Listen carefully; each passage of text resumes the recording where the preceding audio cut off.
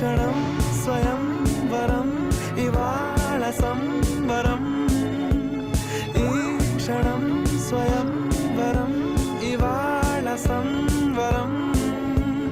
వీడుకోలు లేని తోడు అంది స్వాగతం ఈ క్షణం స్వయం వరం ఇవాళ సంబరం